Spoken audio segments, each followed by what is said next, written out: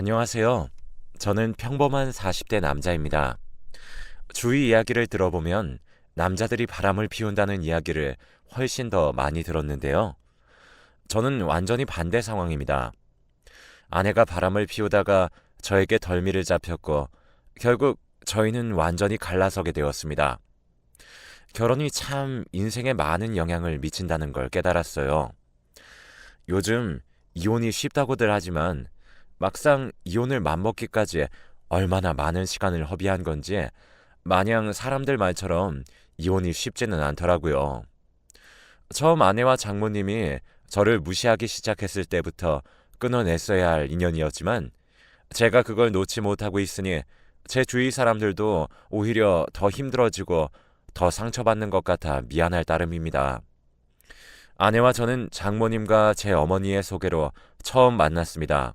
장모님과 저희 어머니는 전국적인 투자 모임이 있었는데 그곳에서 만나셨어요.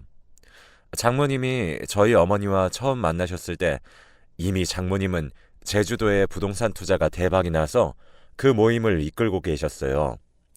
저희 집은 장모님처럼 많은 돈이 있지는 않았지만 그래도 공무원으로 일하시다 정년퇴임을 하신 아버지와 열심히 일하시던 어머니 덕분에 부족함 없이 자라왔고 서울에 아버지 명의로 된 집도 가지고 있었습니다.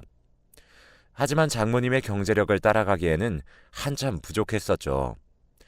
그런데 모임을 하던 중 마침 장모님에게 아직 시집을 못 간 딸이 있다는 이야기를 듣고 저희 어머니는 저를 소개받아 보는 건 어떠냐고 먼저 제안하셨었죠.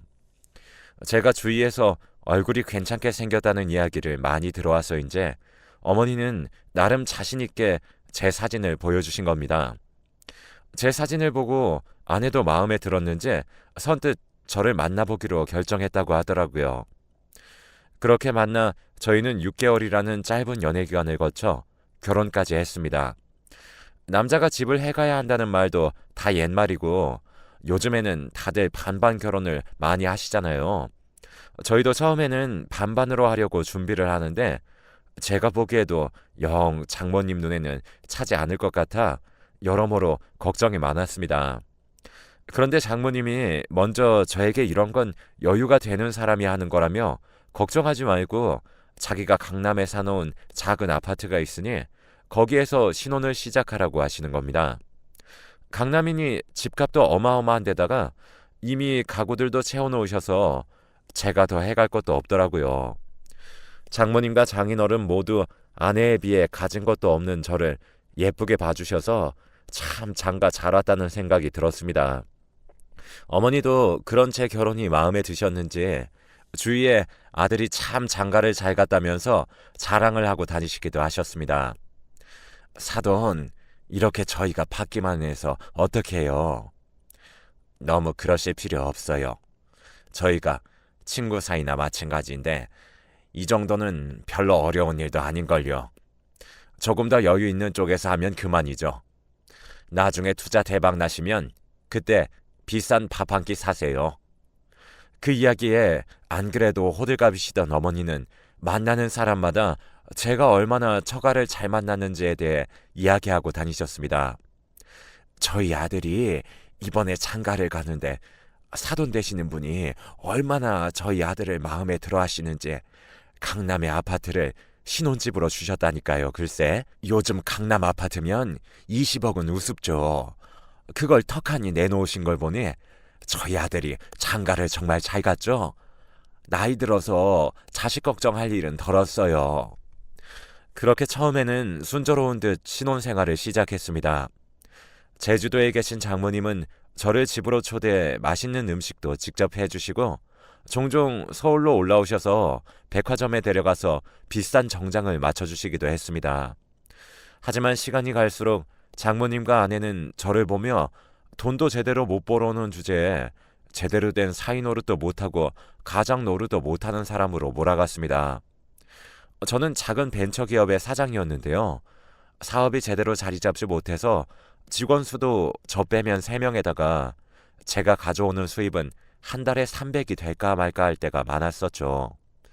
아내는 그런 저에게 이 돈으로 한 달을 어떻게 버티냐며 매번 장모님에게 돈을 더 받았고 장모님은 그런 상황이 지속되자 저에게 은근히 눈치를 주시면서 돈을 벌기 너무 힘들면 자기 조카 사이에게 부탁해서 안정적인 직장에 들어갈 수 있도록 도와줄 테니 생각이 있으면 말하라고 하셨어요.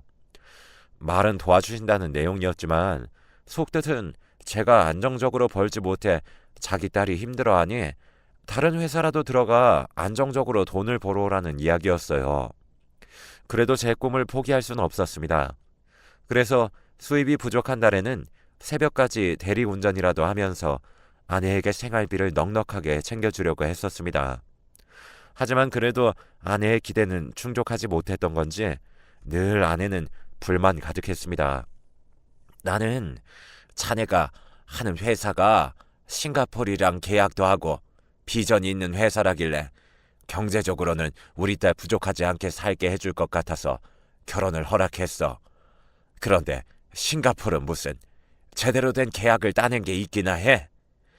알고 보니 장모님은 제 회사가 큰 계약을 앞두고 있고 회사가 성장할 거라는 누군가의 말을 듣고 저희 회사에 투자금을 넣었는데 알고 보니 그 사기꾼이 투자했다며 거짓말로 장모님을 속이다가 저와 아내가 결혼하고 2달쯤 만에 결국 연락이 두절되고 장모님은 투자금을 날리셨던 겁니다. 장모님은 그런 일이 있으면 저에게 먼저 연락을 하셨어야지 왜 그 사람의 말만 믿고 투자하셨는지 도무지 이해할 수 없었습니다. 곰곰이 생각해보니 장모님과 아내가 저를 구박하면서 돈 타령을 하기 시작했던 때가 바로 결혼한 지 2개월이 지났을 때였습니다. 장모님의 말을 듣고 그럼 왜 저에게 안 물어보고 그 사기꾼 말만 믿으셨던 거냐고 화도 냈었지만 장모님은 어찌됐든 제 회사니 어차피 투자하라고 부추겼을 것 아니냐며 도리어 화를 내고 돌아가시더라고요. 그 이후로 아내는 대놓고 저에게 비아냥거리기 시작했습니다. 당신 능력으로 그 회사가 잘도 크겠어? 당신은 나랑 결혼한 걸 천운으로 생각해. 돈 300도 제대로 못 벌어오면서 무슨 회사의 사장이라고 그 자리에 앉아있어? 신혼여행에서 아이가 생긴 것만 아니었으면 당신이랑은 바로 이혼인데 당신 우리 아기한테 평생 감사하면서 살아야 해. 알아? 우리 사촌언니 알지? 그 형부도 똑같이 사업하는데 한 달은 무슨 하루 매출이 300은 우습다더라.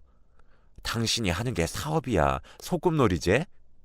집에 있으면 아내는 쉴 새 없이 저를 쪼아댔습니다. 거기다 장모님은 제가 밥이라도 먹고 있으면 돈도 제대로 못 벌어오면서 밥이 목구멍으로 넘어가냐며 타박까지 하는 바람에 저는 스트레스로 머리가 터질 지경이었어요. 집에서는 도저히 숨이 쉬어지지 않아 저는 집에도 잘 들어가지 않고 회사에서 대부분의 시간을 보내기 시작했습니다. 그러자 아내는 회사까지 따라와 직원들이 보는 앞에서까지 저를 깎아내리더군요.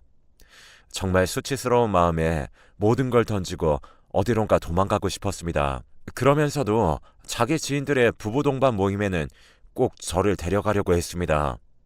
몇 번이나 가지 않겠다고 했지만 아내는 돈 없는 남편 만나 임신까지 한 자기가 혼자 가면 주위 사람들이 얼마나 불쌍하게 보겠냐며 저도 그 모임에 가서 인맥도 쌓으라며 기어코 저를 그 모임에 끌고 나갔었죠.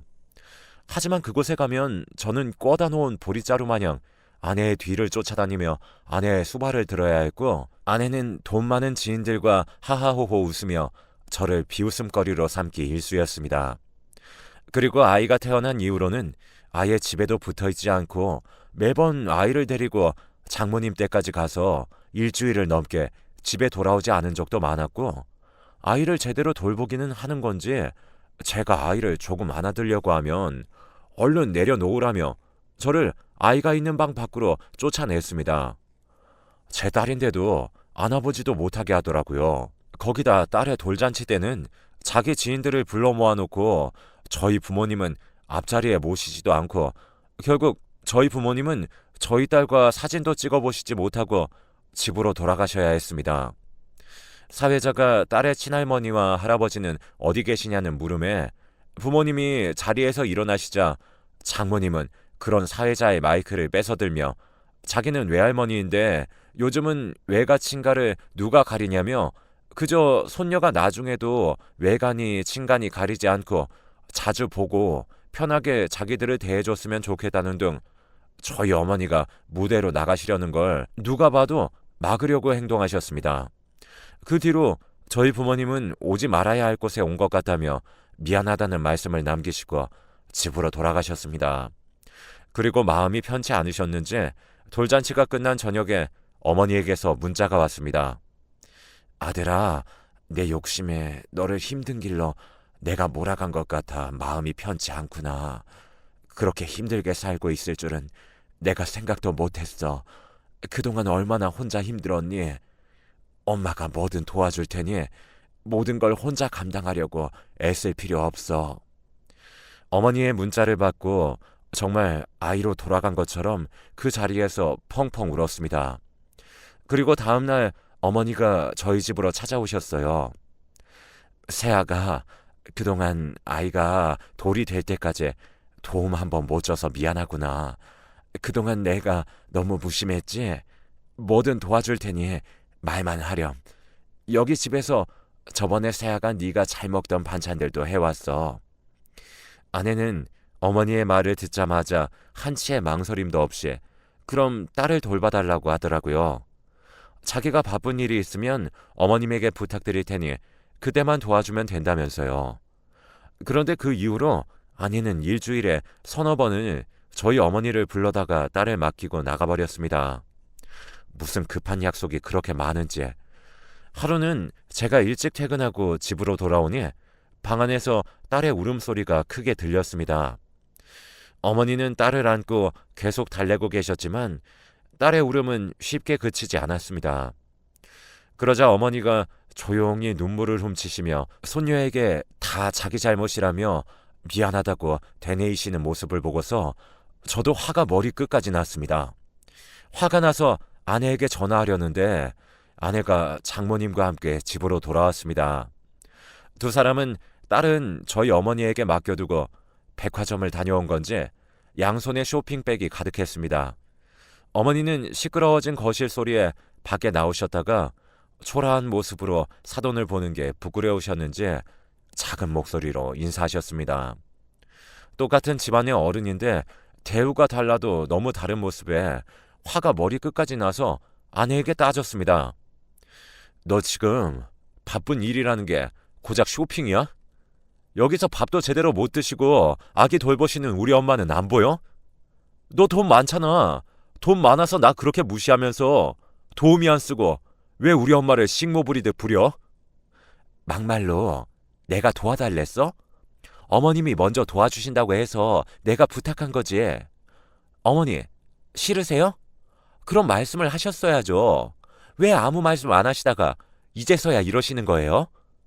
그리고 당신은 사람 쓰는 게 돈 한두 푼인 줄 알아? 이제부터 사람 써. 그럼 대신에 우리가 같이 사는 집이니까 앞으로는 다 당신 돈으로 해결해. 여기서 공짜로 사는 값 내야지. 안 그래?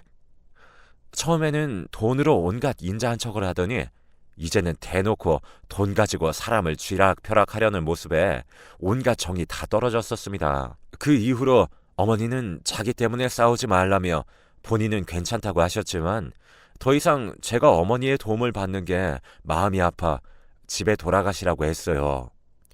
돈 가지고 사람을 구분하는 아내의 모습에 저도 더 이상 참고만 있지 않기 위해 그날 이후 이를 악물고 사업에 매진했습니다. 회사에서 퇴근하고 오면 제 몫에 빨래며 집안일들을 하고 딸을 돌봤어요. 밤낮으로 쉬지도 못하니 저절로 살이 빠지더라고요. 덕분에 대만에서 투자 제안이 왔고 일주일 동안 대만까지 날아가 이야기를 나눈 끝에 계약을 성사시켰습니다. 그 계약 하나로 지금까지 저희 회사 연매출은 우습게 벌었고 저는 기세등등하게 집으로 돌아왔습니다. 그런데 집으로 돌아오니 아이는 저희 부모님에게 맡겨놓은 채 아내는 어디론가 나가고 없었습니다. 그래서 얼른 짐만 풀고 부모님 댁으로 가서 저녁이나 먹으려고 캐리어를 바닥에 내려놓자 침대 밑에 이상한 천이 보였어요. 천을 잡아 끌어서 꺼내보니 저는 처음 보는 넥타이였습니다. 확실하게 제 것은 아니었고 아내가 저를 위해 사두었다는 것도 말이 되지 않았죠. 결국 그날 저녁 부모님 댁에 가서 딸만 데려오고 저녁도 먹지 않고 아내를 기다렸습니다. 이번에도 아내는 백화점에서 쇼핑을 하다가 온 건지 양손 가득 쇼핑백을 들고 왔고 저를 보고도 본체에 만취하며 쇼핑한 것들을 다시 걸쳐보기 바빴습니다. 그 틈에 저는 아내의 휴대폰을 들고 화장실로 가서 보려고 했지만 비밀번호가 걸려있어 결국엔 휴대폰 안을 보지 못했습니다. 하지만 저는 포기하지 않고 그날 새벽 아내가 잠이 들 때까지 기다렸다가 아내의 차키를 들고 지하 주차장으로 향했습니다. 그리고 아내의 차에 있는 블랙박스 영상을 모조리 복사했죠. 다음날 회사에 가서 복사본을 보니 제 직감이 맞았습니다. 아내는 장모님의 운전기사와 바람이 났었어요. 차 내부가 찍히진 않았지만 아내와 운전기사의 대화 내용을 들어보니 바람이 확실했습니다. 도저히 이런 여자와는 살지 못하겠다는 생각에 증거라도 제대로 잡자 싶어서 저장된 블랙박스 영상을 모조리 다 훑어보았습니다. 어설프게 이혼소송이라도 걸었다가는 오히려 제가 다 뒤집어쓰고 쫓겨날 게 뻔했었으니까요. 그런데 영상을 보다 보니 남자의 목소리나 어투가 가끔씩 달라지는 것을 느꼈습니다. 운전기사가 타는 건 가끔씩 블랙박스에 찍혔지만 묘하게 다른 남자인 것 같은 목소리에 대화 내용을 듣고 있다가 충격적인 사실을 알아냈습니다. 아내는 알고 보니 장모님의 운전기사와 사촌 형부까지 총 2사람과 바람을 피고 있었던 겁니다.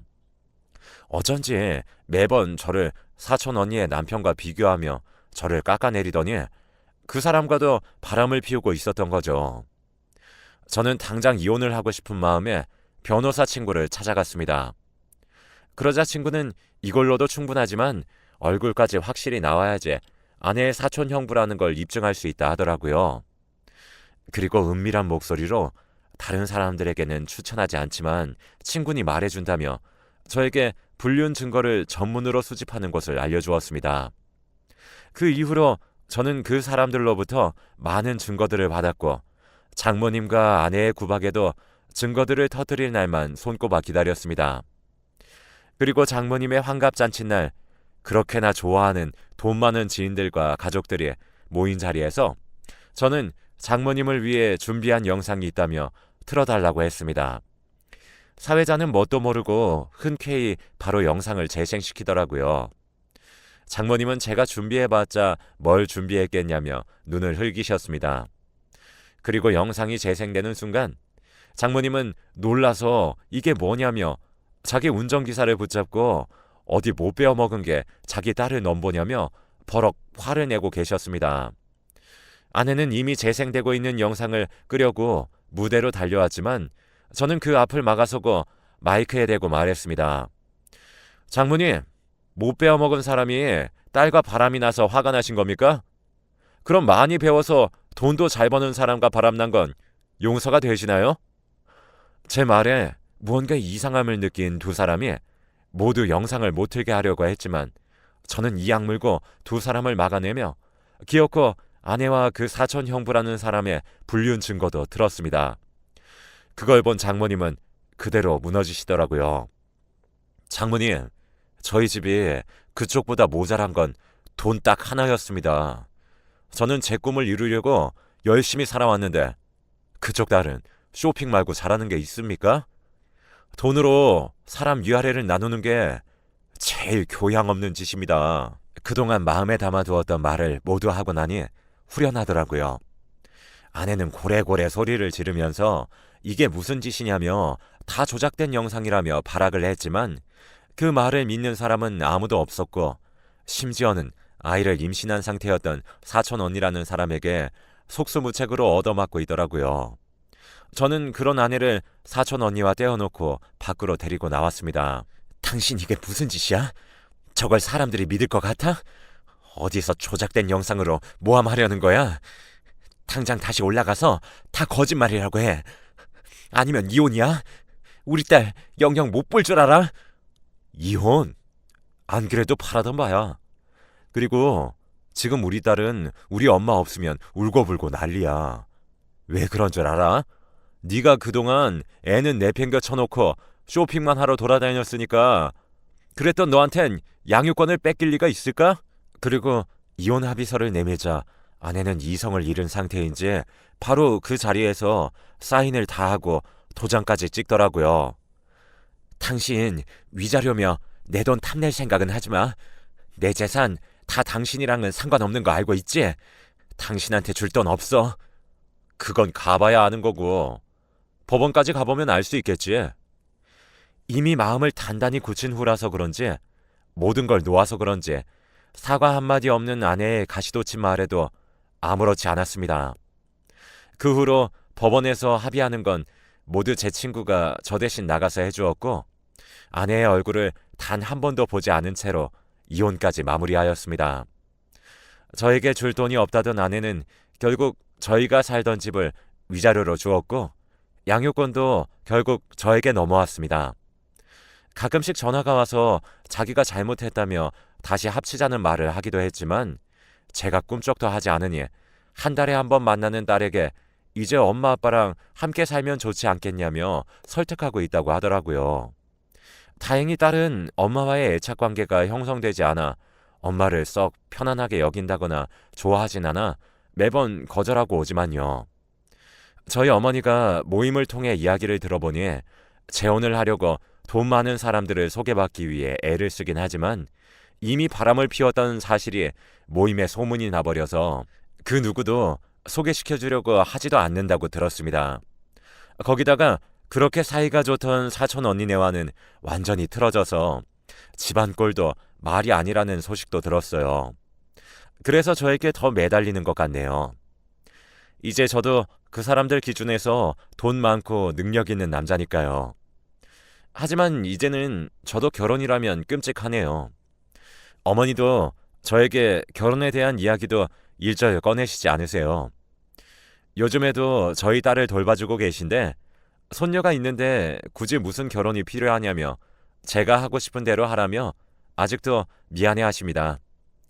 다행히 어머니가 같은 여자라 딸이 사춘기가 되더라도 아빠인 제가 신경 쓰지 못하는 부분은 어머니가 신경 써주실 수 있을 것 같아 조금 마음이 놓이네요. 저도 최근에는 한국 정부에서도 여러 지원을 받으며 한국에서도 큰 계약을 따내며 직원이 3명에서 30명까지 늘었습니다. 이제 더 크게 성장해 나갈 일만 남은 것 같아 뿌듯하네요. 한동안은 큰 걱정 없이 살아갈 것 같습니다. 여러분들도 행복하세요.